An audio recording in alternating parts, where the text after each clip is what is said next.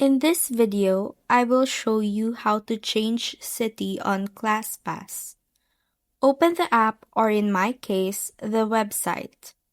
On the top of your screen, click on Upcoming.